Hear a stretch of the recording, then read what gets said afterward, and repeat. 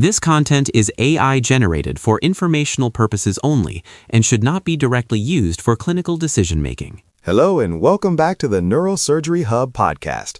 I'm Dr. Aris, Senior Attending Neurosurgeon. And I'm Dr. Ilara. Today, we're looking at a fascinating new study from the journal Neurologia medico-chirurgica, published in 2026.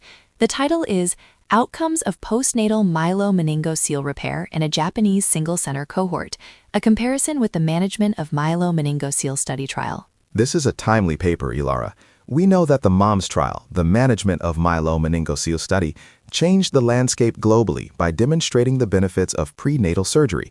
However, fetal surgery for myelomeningocele, or MMC, is not yet standard practice in Japan. Exactly. And to bridge that gap, the authors wanted to establish baseline data for the outcomes of standard postnatal care for patients who would have been eligible for fetal surgery.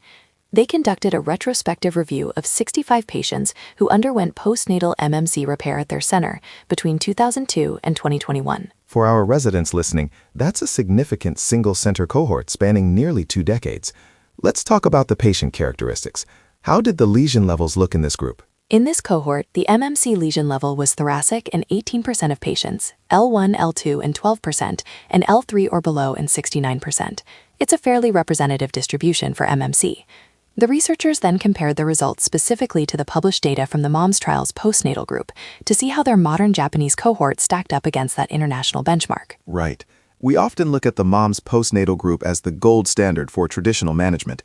What were the primary outcomes they focused on? They looked closely at 2 key metrics, the rate of cerebrospinal fluid, or CSF, shunt placement at 12 months, and the ambulation status at 30 months. Those are the big 2 in MMC outcomes. What did the numbers show? The results were actually quite comparable. In the Japanese cohort, the rate of CSF shunt placement was 88%, compared to 83% in the MOMS postnatal group.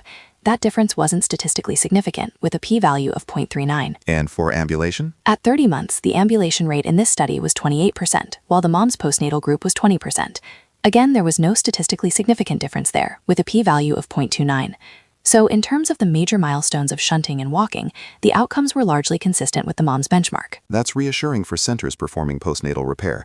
But I noticed there were some significant differences when they looked at complications and secondary surgeries. Yes, and this is where it gets very interesting for the practicing neurosurgeon.